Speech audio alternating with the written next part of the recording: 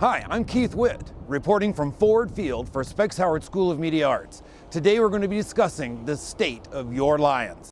With 2 games left and a roller coaster of an offense throughout the season, have the Leos regained their offensive swagger? And do the people really believe this team can be a threat? The last 2 games of the season will very well determine the Lions' positioning in the playoff picture. Now we're going to bounce over to 105.1 Sports Studios to talk to afternoon drive jock Matt Derry and ask him his thoughts on our Lions.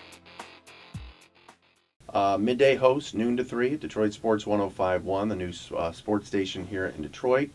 I don't know, I've been here 18 years as a broadcaster, reporter here in Detroit. Worked at all 3 sports stations, now at 105.1. Also doing contributions on the Channel 7 Sports Cave on Sunday mornings. Former Pistons host, so I've been around. The big reasons why this team is played so well is because they're more disciplined. I think they're all on one string together. I don't think that was the case under Jim Schwartz. I think Jim Schwartz did a good job with the defense in terms of how he had them schematically going. But I think they were just too undisciplined, made too many dumb mistakes. And under Jim Schwartz, I think this is a guy that the players look up to. They see the rings on his fingers that he's had, as coordinators in both Indianapolis and Baltimore.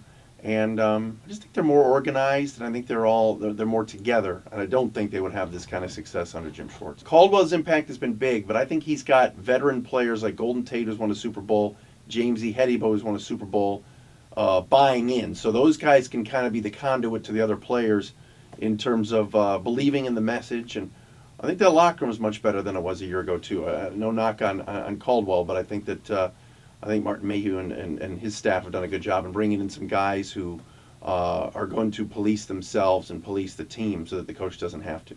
I think Reggie Bush is going to be released. Financially, I just think that he's not doing the job, and I think every year there are cap casualties around the league where guys or veteran players are making more money. As far as Ndamukong Suh, I think he's going to go to the highest bidder. I think the Lions have made their offer. They'll make another one, I'm sure, but it's going to be very difficult. I think he could end up in New York. I think he wants to be on billboards in Times Square. I think he wants to be closer to power brokers like there are in the big city of New York, and it wouldn't surprise me at all if he landed with the Jets or the Giants. Hopes are high for a fantastic finish for the Lions this year. I want to thank Matt Derry for giving us his time on our State of the Lions report. We got thrown out at Ford Field, so wrapping it up here at 105.1 Studios, I'm Keith Witt for Specs Howard School of Media Arts.